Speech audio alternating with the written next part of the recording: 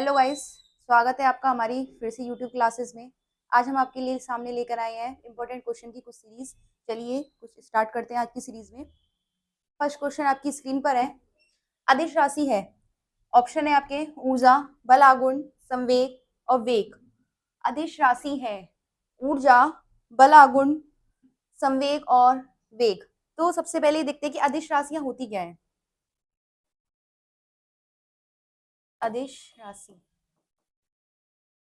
हमारी दो तरीके की राशियां होती हैं, एक अदिश राशि होती है और एक होती है सदिश राशि।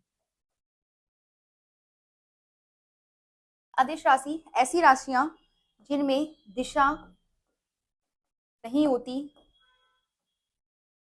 और परिमाण पाया जाता है। ऐसी राशियां जिनके अंदर दिशा नहीं होती लेकिन परिमाण होता है, वे राशियां क्या कहलाती हैं आपकी अदिश राशियां। कौन कौन सी होती हैं? जैसे आपका द्रव्यमान, लंबाई, द्रव्यमान, लंबाई, क्षेत्रफल, आयतन, ऊर्जा आदि। तो देखिए ऑप्शन के हिसाब से इसमें क्या है आपका ऊर्जा, बल आगुण, संवेग और वेग। ऑप्शन के अकॉर्डिंग क्या है हमारा राइट आंसर कि हमारी क्या होती है अदिश राशि आपकी ऊर्जा होती है। अदिश राशियां वे राशियां होती हैं जिनमें परिमाण पाया जाता है लेकिन दिशाएं नहीं पाई जाती, वे होती है हमारी अदिश राशियां। सदिश राशियां वैसी राशियां जिनमें दिशा और परिमाण दोनों पाए जाते हैं। ऐसी राशियां जिनमें दिशा और परिमाण दोनों पाए जाते हैं वे हमारी सदिश राशियां होती हैं। जैसे कि आपका बल, विस्थापन, त्वरण, बल, विस्थापन, त्वरण आदि। ये आपकी कौन सी होती हैं अदिश राशियां, सदिश राशियां होती हैं। या वेग, संवेग, ये सारी आपकी क्या है सदिश राशियां। तो ऑप्शन के अकॉर्डिंग आपका राइट आंसर है आपका ऊर्जा। आइए नेक्स्ट क्वेश्चन की तरफ बढ़ते हैं।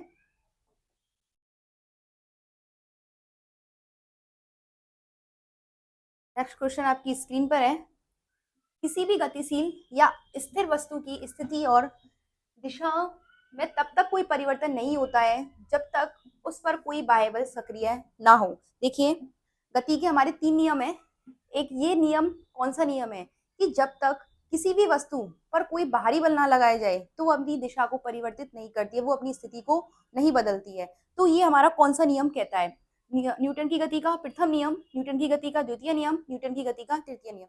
न्यूटन ने गति के तीन नियम दिए थे, उनमें से आपका एक नियम है कि ऐसी किसी भी गतिशील वस्तु जब कोई वस्तु किसी गतिशील अवस्था में या कोई विराम अवस्था में, तब तक वो अपनी स्थिति को परिवर्तित नहीं करती जब तक कि उस पर कोई भारी बल ना लगाया जाए। तो ये गति का प्रथम नियम कहता है। गति का प्रथम नियम क्या कहता है कि ऐसी किसी भी वस्तु जब कोई विराम अवस्था में या फिर गतिशील अवस्था में, तब तक वो अपनी स्थिति को परिवर्तित नहीं करेगी जब तक कि उस पर कोई भारी बल नहीं लगाया जाए। तो इसे हम बोलते हैं गति का, न्यूटन की गति का प्रथम नियम। इसे हम जड़त्व का नियम भी कहते हैं, जड़त्व का नियम।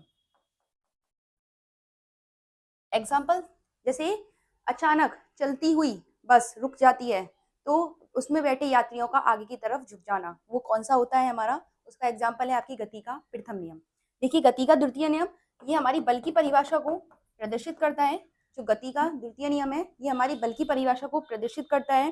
गति का तृतीय नियम ये हमारी क्रिया प्रतिक्रिया का नियम कहलाता है। क्रिया प्रतिक्रिया यानी कि जब किसी ऑब्जेक्ट पर कोई क्रिया करी जाएगी तो वो वापस से हमें क्या देगी, उस पर हमारी प्रतिक्रिया होगी। तो ये हमारी गति के तीन नियम होते हैं, गति का प्रथम नियम, गति का द्वितीय नियम और गति का तृतीय नियम। और ये तीनों नियम किसने दिए थे? हमारे न्यूटन ने। तो आइए नेक्स्ट क्वेश्चन की तरफ चलते हैं।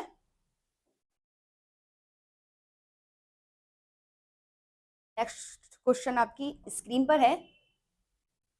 बल का गुणनफल है। अभी मैंने बताया था कि हमारी गति का द्वितीय नियम बल को प्रदर्शित करता है, बल का एक गणितीय ज्ञान को बताता है, गणितीय मान को बताता है। देखिए बल बराबर होता है F is equal to M A. F is equal to M A. F का मतलब है आपका फोर्स, एम का मतलब है मास और ए का मतलब है आपका एक्सेलरेशन।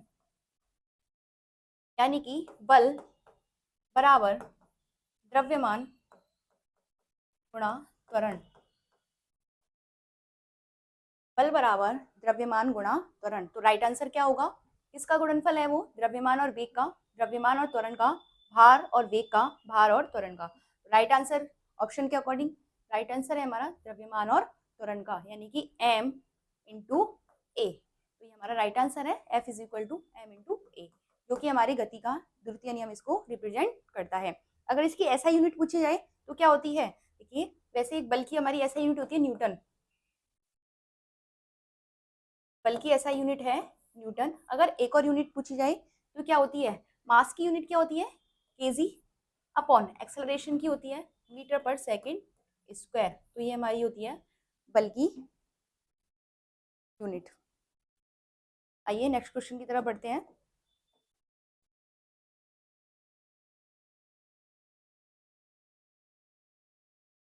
नेक्स्ट क्वेश्चन आपकी स्क्रीन पर है।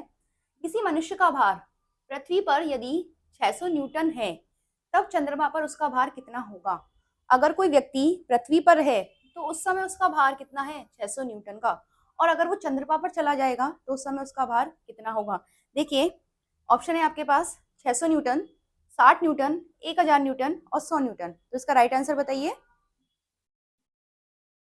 इसका राइट आंसर देखिए, जो हमारा चंद्रमा पर जो भार होता है, चंद्रमा पर भार पृथ्वी के भार का 1/6 हिस्सा होता है। 1/6 हिस्सा होता है, यानी कि पृथ्वी का भार का 1/6 हिस्सा होता है चंद्रमा पर। तो इसके अकॉर्डिंग हमारे पृथ्वी पर कितना भार है? 600। तो हमारे चंद्रमा पर कितना होगा? उसका छठा हिस्सा, यानी कि 100 न्यूटन। तो क्या हो जाएगा इसका राइट आंसर? 100 न्यूटन। देखिए, क्वेश्चन बनता है कि पृथ्वी पृथ्वी पर पृथ्वी की तुलना में चंद्रमा पर भार होता है, पृथ्वी की तुलना में चंद्रमा पर भार होता है, कितना होता है? 1/6। आइए नेक्स्ट क्वेश्चन की तरफ बढ़ते हैं।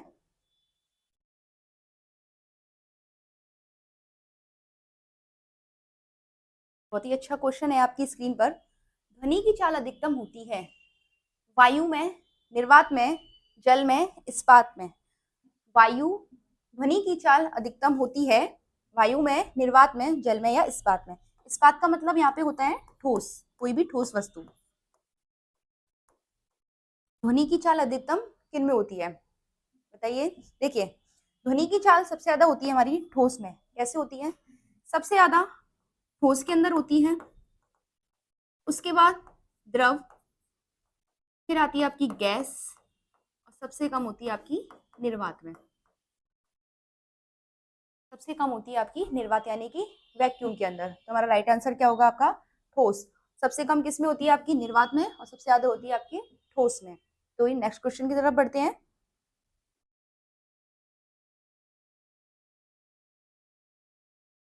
नेक्स्ट क्वेश्चन आपकी स्क्रीन पर है।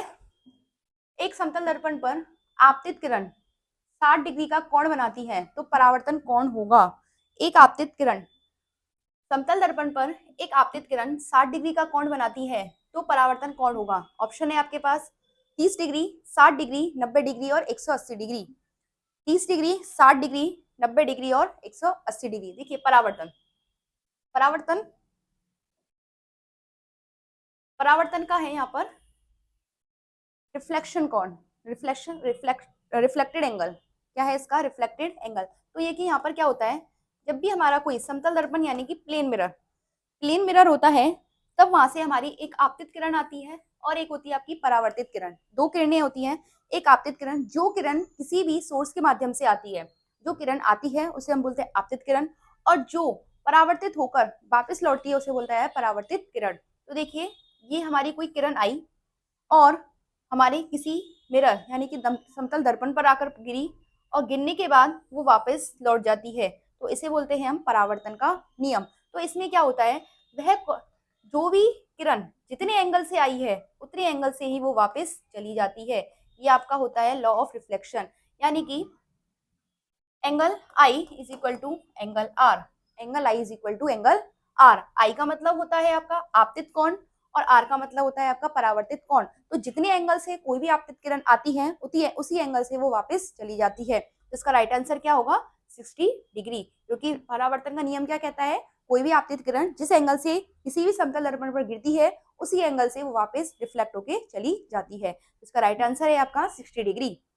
नेक्स्ट क्वेश्चन की तरफ चलते हैं।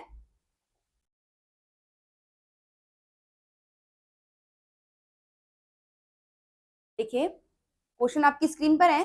मानव आंख की रेटिना पर कैसा प्रतिबिंब बनता है? जो ह्यूमन आईज होती है, ह्यूमन, कल मैंने बताया था ह्यूमन आईज में कौन सा लेंस लगा होता है? कॉन्वेक्स लेंस, यानी कि उत्तल दर्पण, उत्तल लेंस, उत्तल लेंस। ह्यूमन आइज के अंदर कौन सा लेंस होता है आपका? उत्तल लेंस। तो उत्तल लेंस का काम ही क्या होता है? कन्वर्स करना, यानी कि जो हमारी रे आ रही है उनको इकट्ठा करने का काम करता है।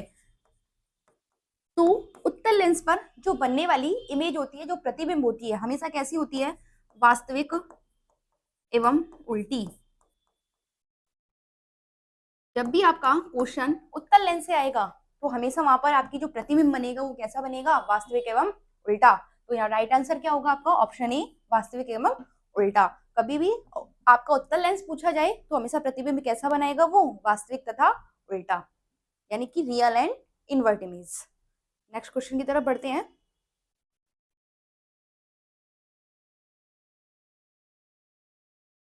नेक्स्ट क्वेश्चन आपकी स्क्रीन पर है। प्रकाश विकिरण की प्रकृति होती है। प्रकाश विकिरण की प्रकृति होती है। ऑप्शन है आपके तरंग के समान, कण के समान, ऑप्शन सी तरंग व कण दोनों के समान, ऑप्शन डी है आपका तरंग व कण दोनों के समान नहीं होती है। तो इसका राइट आंसर क्या होगा बताइए? इसका राइट आंसर है ऑप्शन सी, तरंग व कण दोनों के समान। देखिए जो प्रकाश की जब कोई भी किरण निकलती है तो वो हमारे डुअल नेचर यानी कि द्वय प्रकृति पर काम करती है। कभी तो वो तरंग के रूप में निकलती है और कभी वो कण के रूप में निकलती है। कभी वो तरंग के रूप में निकलती है और कभी वो कण के रूप में निकलती है। कोई भी प्रकाश जिस भी सोर्स से, जिस भी स्रोत से निकल रहा है तो कहीं पर तो वो तरंग के रूप में निकलेगा और कहीं पर वो कण के रूप में निकलेगा। इस प्रकार कह सकते हैं कि जो प्रकाश का जो विकिरण होता है वह दोहरी प्रकृति का होता है। कभी तो वो तरंग के रूप में काम करता है और कभी वो कण के रूप में काम करता है। Light is a dual nature. अब देखिए तरंग के रूप में जब वो निकलता है तब वो कैसे निकलता है? ऊर्जा की फॉर्म में, यानी कि एनर्जी की फॉर्म में ऊर्जा का स्थानांतरण करता है, तो वो तरंग के फॉर्म में निकलता है। आइए नेक्स्ट क्वेश्चन की तरफ चलते हैं।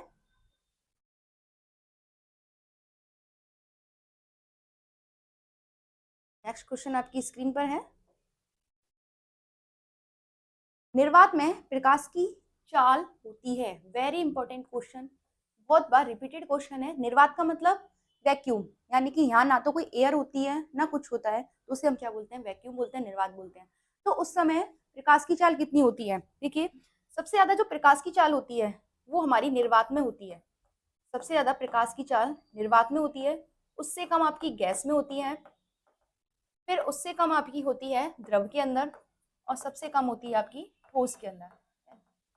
ध्वनि का जस्ट अपोजिट, ध्वनि में सबसे ज्यादा ठोस में थी, जबकि हमारी प्रकाश में सबसे ज्यादा किसमें होती है? आपकी निर्वात के अंदर। तो निर्वात में प्रकाश की चाल कितनी होती है? 3 × 10⁸ मीटर पर सेकेंड, 3 × 10⁸ मीटर पर सेकेंड। तो इसका राइट आंसर क्या होगा? ऑप्शन सी, 3 × 10⁸ मीटर पर सेकेंड। आइए नेक्स्ट क्वेश्चन की तरफ चलते हैं। ऑप्शन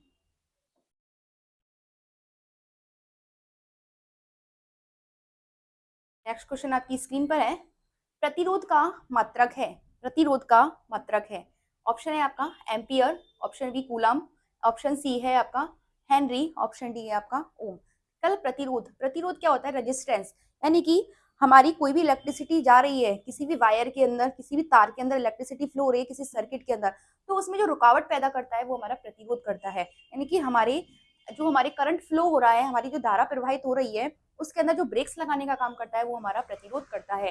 तो हमारी कोई सर्किट होते हैं उनमें हमारा प्रतिरोध लगा होता है जिसे हम बोलते हैं रेजिस्टेंस।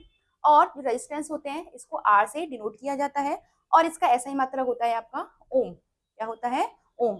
तो ओम क्या है? इसका ऐसा ही मात्रक, और इसका ये जो सिंबल होता है वो इस तरीके से होता है, तो ये आपका ओम होता है। तो प्रतिरोध का ऐसा ही मात्रक क्या है? Ohm. Right answer is a ohm. Ampere किसका है? विद्युत धारा का। कूलम किसका है? आवेश का। तो आपकी आज की आपके ये क्वेश्चन थे कुछ वेरी वेरी इंपॉर्टेंट क्वेश्चन जो कि हम आपके ये आज लेकर आए हैं। और हम उम्मीद करते हैं आपको ये क्वेश्चंस पसंद आए होंगे और very very very important question है, कई बार रिपीटेड क्वेश्चन है। तो हमारे चैनल को सब्सक्राइब करिए, लाइक करिए और शेयर करिए ज़्यादा से ज़्यादा। धन्यवाद।